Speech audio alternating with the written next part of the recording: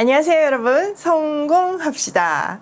제가 이틀 전에 어린이날을 맞이해서 보육원에 고기 나눔 이벤트를 한다고 공지를 올려드렸어요. 사실 제가 그거를 처음 할 때는 맨 처음은 그냥 정말 어버이날도 있고 어린이날도 있고 행사가 있는데 어디 나가서 먹기도 힘들고 또 그때 엄마들이 너무 수고를 하니까 그냥 편하게 드시려고 양념갈비 공구를 준비한 것에서부터 시작이 됐어요. 근데 그걸 하다 보니까 보육원 아이들이 생각이 났고 그냥 그 수익금으로 보육원의 아이들을 좀 먹일 수 있으면 좋겠다 이런 생각을 하게 된 거죠. 이런 내용을 올려드렸더니 갈비를 사는 것 외에도 갈비의 수익금으로 가는 것 외에도 작은 돈이지만 좀 같이 동참하고 싶다 이런 얘기들을 하시더라고요. 그래서 급히 카카오뱅크에서 이제 계좌를 만들었죠. 근데 제가 그거를 올리면서도 얼마나 하실까 큰 기대는 안 했었어요. 죄송해요. 제가 여러분들을 좀 제대로 몰랐던 것 같아요. 근데 진짜 깜짝 놀랄 만한 금액이 모여지고 있는 거예요. 진짜 천국 패밀리들이 천국 문화를 만들어 가시는구나 이런 생각들을 했어요. 또 어떤 분은 자기 통장 잔고의 전부라고 하시면서 10,000원이 안 되는 돈을 보내주신 거예요. 그러면서 아이들을 먹이고 싶다고 진짜 제가 그 입금된 돈을 보면서 가슴이 너무 먹먹했어요. 정말 오병이어의 기적이 일어나고 있더라고요. 혹시 공지를 못 보신 분들을 위해서 이 영상 밑에 고정 댓글로 다시 내용을 올려드릴게요. 공지에 써있지만 여러분이 아시는 건강한 보육원들을 많이 소개해 주시고요. 또 후원해 주시면 감사할 것 같아요. 이게 시작으로 이 아이들을 계속적으로 지속적으로 확장해서 도우면 좋겠다는, 함께 돌봐주면 좋겠다는 생각도 하게 됩니다. 여러분, 제가 지금 이 천국 만들기 사역 보고를 하면서 기쁨과 감격이 넘치는 거 보이시죠? 이처럼요, 제자들도요, 파송을 받고 말씀에 순종해서 그대로 행했어요. 그랬더니 정말 하나님이 경험되는, 말씀대로 이루어지는 놀라운 경험을 하게 된 거죠. 그래서 기쁨에 들떠서 사역 보고를 하고 있는 내용이 딱 오늘 내용이에요. 자, 그 기쁨의 현장에 함께 들어가 보도록 할게요. 자, 지금 어떤 상황이에요? 예수님과 제자들은 예루살렘을 향해서 가고 있는 중이에요. 그리고 이 예루살렘 행은 십자가의 죽음을 향한 길이고요. 예수님의 마지막 예루살렘 일정이에요. 자, 그 노정에서 생긴 일 한번 보도록 할게요. 10장 1절. 그 후에 주께서 따로 70인을 세우사 친히 가시려는 각 동네와 각 지역으로 둘씩 앞서 보내시며 이르시되 추수할 것은 많되 일꾼이 적으니 그러므로 추수하는 주인에게 청하여 추수할 일꾼들을 보내주소서 하라. 자, 얼마 전에는 12사도를 먼저 파송했죠. 그리고 이번에는 70인 전도단을 보내요. 여러분, 10인은 12지파, 구약을 상징한다고 하면요. 70은요, 열방. 이스라엘의 그때 당시 문화로서는 세상의 모든 나라를 70으로 봤거든요. 그러니까 열방 행진이 시작되었다는 것을 보여주는 대목이에요. 자, 제자들이요, 어디서부터 출발해서 어디로 갔고 또 어떻게 돌아왔는지는 기록되어 있지 않지만 분명한 것은 예수님으로부터 출발해서 예수님께로 돌아왔음을 알 수 있어요. 예수님께서 친히 가시려는 동네와 마을을 이제 제자들을 대신 보내는 건 거죠. 그러니까 우리가 가는 모든 일정, 우리가 행하는 모든 일들을 주님이 하시고 싶어 했던 것들을, 주님이 하시려고 하는 일들을 우리를 통해서 하신다는 것을 보여줘요. 그리고 예수님은요, 파송받은 제자들에게 추수의 임무를 위해서 적절한 것을 제공해 주시도록 기도하라는 가르침을 받았어요. 이것도 제가 진짜 은혜를 받았는데요. 사실 이게 돈 문제가 굉장히 예민하잖아요. 그러니까 그걸로 공격하시는 분들이 계시니까 되게 망설여지는 거예요. 굳이 이거 안 하고 싶은 거죠. 이거 또 해서 말 듣기 싫은 거죠. 근데요, 우리한테는 지금 이 추수의 임무를 주신 것 같이 이 나눔의 임무를 주고 또 그것이 그 아이들에게는 특별한 추억이 돼서 주께로 돌아올 수 있는 통로가 될 수도 있는 거잖아요. 그러니까 제가 기도해야 되는 거는 이 일을 수행하기 위해서 적절한 은혜를 달라고 기도를 해야 되는 거지, 할까요 말까요가 아니라는 것을 저한테 되게 컨펌해 주셨어요. 자, 그 다음 3절 4절. 갈지어다 내가 너희를 보냄이 어린 양을 이리 가운데로 보냄과 같도다. 전대나 배낭이나 신발을 가지지 말며 길에서 아무에게도 문안하지 말며.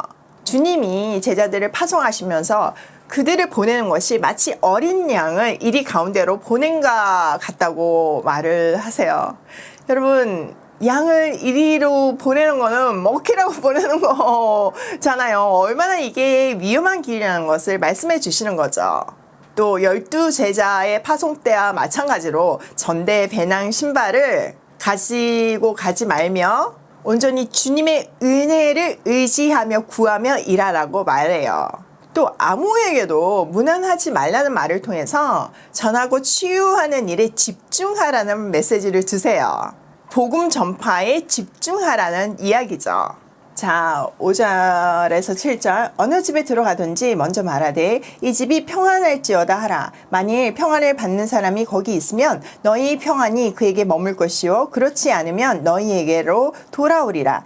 그 집에 유하며 주는 것을 먹고 마시라. 일꾼이 그 삭슬 받는 것이 마땅하니라. 이 집에서 저 집으로 옮기지 말라. 자, 어느 집에 가든지 평안을 빌라고 해요. 여기서 평안은요, 주님 안에 있을 때 얻어지는 완전함과 충만함을 말하고 있어요.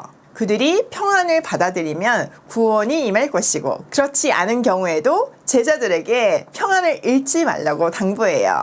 그리고 또 복음을 전하는 집에 거하면서 먹고 마시라고 말해요. 생계비에 해당하는 보수는 받아도 된다는 거죠. 이 이야기는요, 바울이 나중에 디모데전서, 고린도전서에서 참 선지자는 보수를 받기 합당하다고 말하는 것과 일맥상통하고 있어요. 또 이 집 저 집 옮겨다니며 불필요한 오해와 구설수를 피하라고 말하고 있죠. 자, 이것도 그 전에 12제자를 파송할 때 했던 말씀이랑 동일해요. 자, 그 다음 볼게요. 8절. 어느 동네에 들어가든지 너희를 영접하거든 너희 앞에 차려놓은 것을 먹고 거기에 있는 병자들을 고치고 또 말하기를 하나님의 나라가 너희에게 가까이 왔다 하라.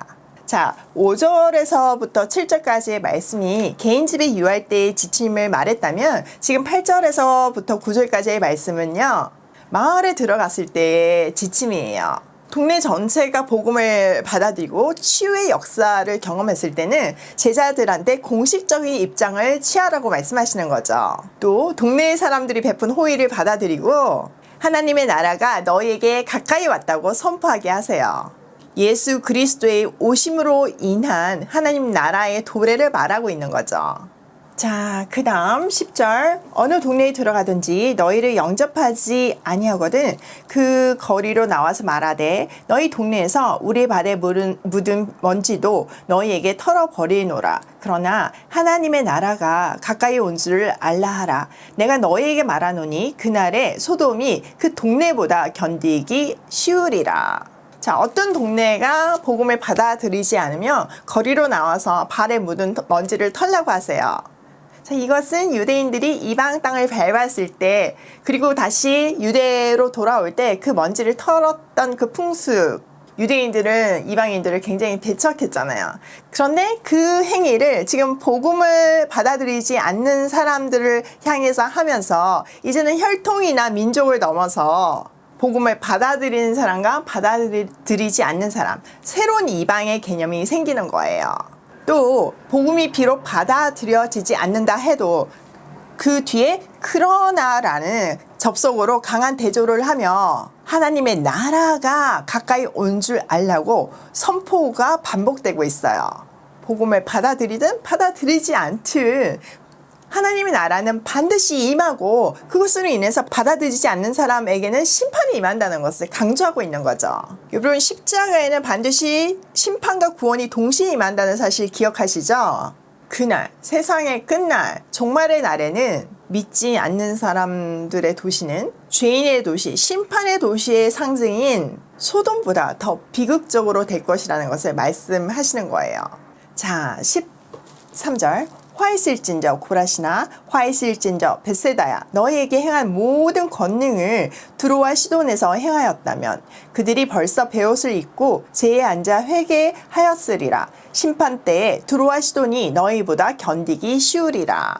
자, 강한 심판의 메시지가 이어지고 있어요. 이런 심판 예언은요, 저주가 아니라 회개를 강하게 촉구하는 표현이라고 보시면 돼요. 고라심, 벳세다는 다 갈릴리 호수 근처의 도시 이름이에요. 예수님은 갈릴리에서 많은 말씀을 전하셨고 권능을 행하셨어요. 그런데 그 기적들을 보고 권능을 본 사람들이 다른 지역 사람들보다 더 완악하여 회개하지 않는다는 것을 말씀하시는 거죠. 그 결과 심판을 받을 것이라는 거예요.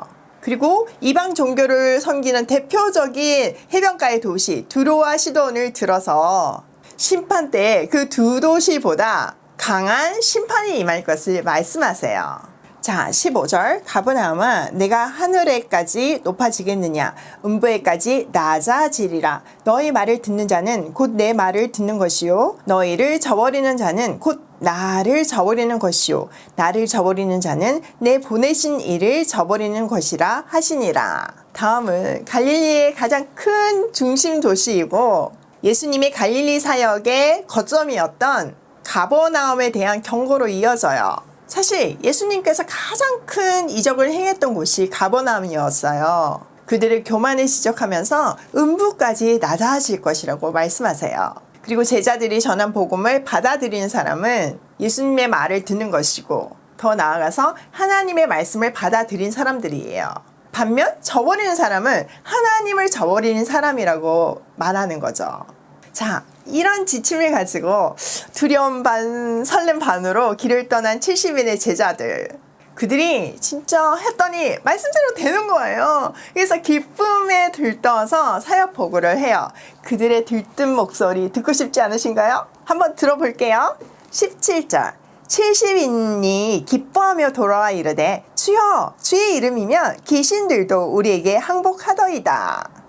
말씀대로 순종했더니 그대로 이루어졌음을 경험했을 때 감격이 있잖아요. 그 감격이 이 구절에서 느껴지시죠? 이 감격은 늘 우리 삶에 있어야 하고요. 이것이 사실 우리 삶의 원동력이에요. 그들은요, 주님의 이름이면, 즉 예수님의 이름으로 간구하면 귀신들이 항복했다고 얘기하고 있어요. 자, 18절 예수께서 이르시되 사탄이 하늘로부터 번개같이 떨어지는 것을 내가 보았노라. 자, 구약에서 보면요, 사탄은 하나님께 사람들을 고발하는 대적자의 모습으로 나타나요. 대표적으로 욥기에 보면요, 욥이 지금 하나님이 지금 다 해주니까 돈이 많고 복을 누리니까 지금 하나님 뭐 축복하는 건 거지, 그거 뺏어 봐라, 아마 하나님이 저주할 거다, 이렇게 막 참소하잖아요. 또 스가랴서에도 같은 내용이 등장하거든요. 이제 이 사탄의 추락을 통해서 그 참소하는 역할이 박탈되었다는 것을 암시하고 있어요. 자, 19절 내가 너희에게 뱀과 정갈을 밟으며 원수의 모든 능력을 제어할 권능을 주었으니 너희를 해칠 자가 결코 없으리라. 자, 뱀과 정갈은요, 구약에서 악의 상징이었고 또 이 당시 팔레스타인 지역의 생활에서 실질적인 어떤 생활에 불필요한 해를 주는 악이었어요. 또 이것은요, 창세기 3장에 뱀의 머리를 상하게 할 것이라는 원시복음의 내용을 담고 있기도 하고요. 이제 원수들을 제어할 수 있는 모든 권능을 주셨으니까 원수가 우리를 해할 수 없다는 것을 말씀하시는 거죠. 자, 20절 그러나 귀신들이 너희에게 항복하는 것으로 기뻐하지 말고 너희 이름이 하늘에 기록된 것으로 기뻐하라 하시니라.